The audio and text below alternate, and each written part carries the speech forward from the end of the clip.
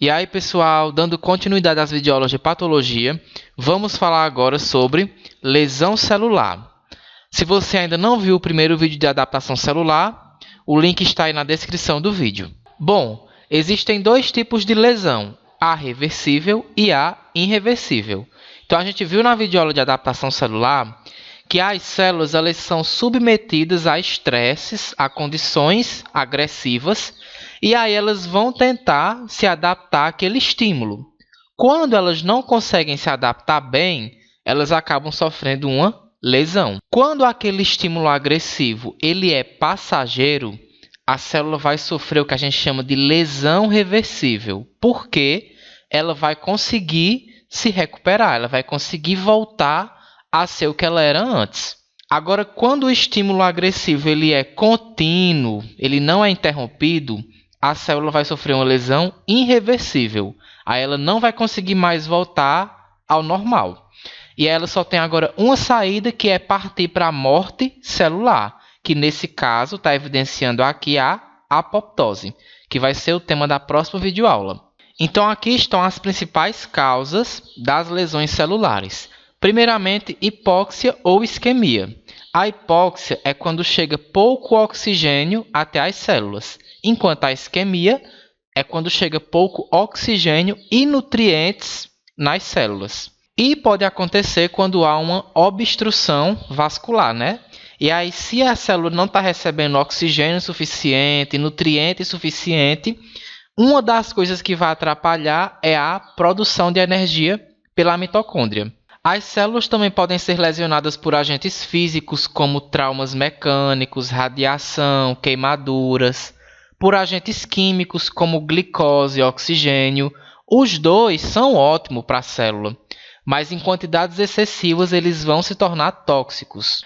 Drogas como, por exemplo, o álcool, né? O álcool ele vai causar múltiplos efeitos no fígado, né? Acúmulo de gordura no fígado. Causa também alterações no estômago, como formação de úlceras. E ele também vai causar, né, quando a pessoa ingere álcool há muito tempo, é um ingestor crônico de álcool, ele vai causar aí lesões em diversos órgãos, né? Coração, cérebro. Outra droga muito comum aí é o tabaco, né? Pessoas que fumam têm predisposição a desenvolver câncer de pulmão, e até mesmo pessoas que se expõem à fumaça, né, do cigarro também têm essa predisposição. Venenos, né, como por exemplo o cianeto. O cianeto ele vai interferir na respiração celular, lá na cadeia transportadora de elétrons, porque o cianeto ele vai inibir uma enzima, que é a citocromo C oxidase, interferindo nesse processo. Além disso, o cianeto ele vai dificultar a chegada de oxigênio até as células, porque ele vai se ligar também à hemoglobina das hemácias. Agentes biológicos, né, como bactérias, vírus, fungos, parasitas, podem também gerar lesões nas células. Reações imunológicas, como por exemplo uma pessoa que tem uma doença autoimune que vai lesionar uma determinada região. Defeitos genéticos e desequilíbrios nutricionais. Pessoas que têm algum excesso ou redução de algum nutriente. Então, tudo isso daqui são formas de como as células podem ser lesionadas. Vamos falar agora sobre a lesão celular reversível. Esse tipo de lesão é caracterizada pela tumefação celular, onde a célula vai ficar inchada, cheia de líquidos nas células, as organelas. Degeneração gordurosa, onde vai haver acúmulo de lipídios. Degeneração hialina, que é acúmulo de proteínas. E degeneração glicogênica, que vai ser acúmulo de glicogênio.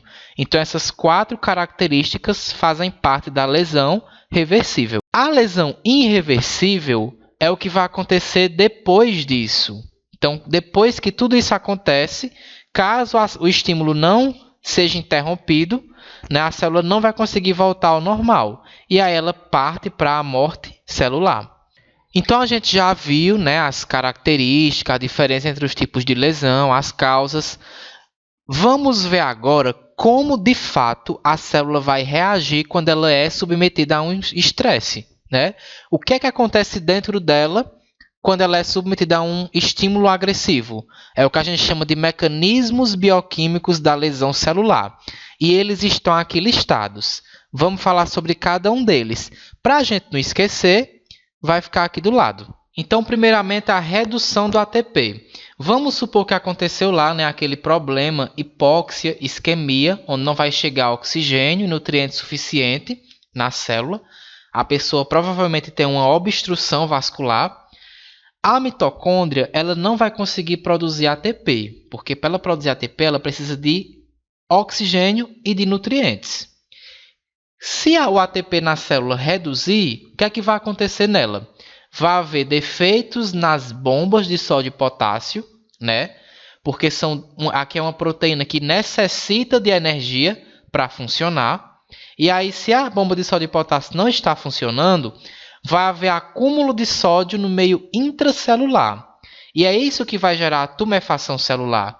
Porque para onde o sódio vai, ele leva muita água com ele. Então, acaba gerando um acúmulo de água dentro da célula.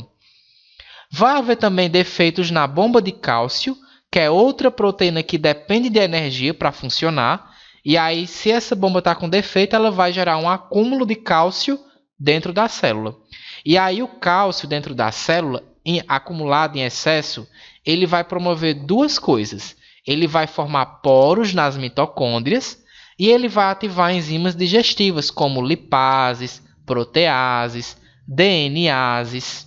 Fora que vai acontecer também o acúmulo de ácido lático, porque quando a mitocôndria não consegue produzir ATP, quando a célula percebe que tem pouco ATP, ela vai fazer a via alternativa para a produção de energia, que no caso é a fermentação lática.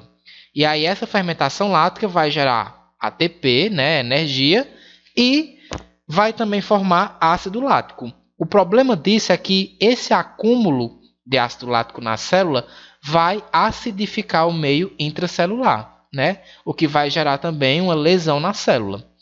Depois tem os danos mitocondriais. A gente já viu uma situação que pode gerar um dano mitocondrial, que é o acúmulo de cálcio dentro da célula, que vai formar poros na mitocôndria. E esses poros que se formam nas mitocôndrias, eles são gravíssimos, porque eles vão permitir a passagem de substâncias que estão aqui dentro da mitocôndria para o citoplasma. Substâncias essas que, se chegam ao citoplasma, geram a morte celular. Pode haver também acúmulo de radicais livres. Radicais livres são um grupo de substâncias que se ligam a qualquer outra substância. O problema é que quando eles se ligam nessas substâncias, eles vão alterar elas. Então, eles alteram essas substâncias que eles se ligam. As nossas células elas têm a capacidade de eliminar os radicais livres, mas quando eles se acumulam, fica impossível eliminar. E aí esses radicais livres eles vão se ligar, né, às nossas substâncias, proteínas, lipídios, e vão causar alterações. Tem um tipo de radical livre que são as espécies reativas de oxigênio, que vão causar o estresse oxidativo. Né? E aí o resultado é peroxidação lipídica nas membranas, modificação nas proteínas, alterações no DNA. Defeitos nas membranas e defeitos no DNA podem acontecer também, e a gente já até viu aqui os motivos, né? O acúmulo de cálcio, ele vai gerar defeitos nas membranas das mitocôndrias e na membrana plasmática também, porque o cálcio em excesso ele vai ativar enzimas digestivas, né? Pode gerar também defeitos no DNA, porque pode ativar DNases, que são enzimas que digerem o DNA. Acúmulo de radicais livres também vai gerar alterações nas membranas e no DNA, porque os radicais livres podem se ligar a lipídios, a proteínas, podem se ligar ao DNA e gerar essas alterações.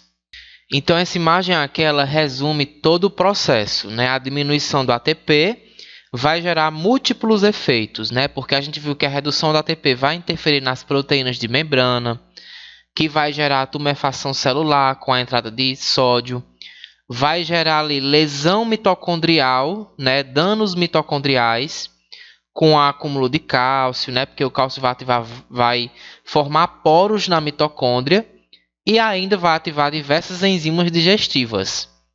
O acúmulo de radicais livres, como as espécies reativas de oxigênio, vai causar lesões nos lipídios, nas proteínas, no DNA, né? Lesão da membrana pode acontecer aí pelo cálcio, pelos radicais livres, né? E pode gerar também defeitos aí nas proteínas. Espero que vocês tenham compreendido e a gente se vê na próxima videoaula de morte celular.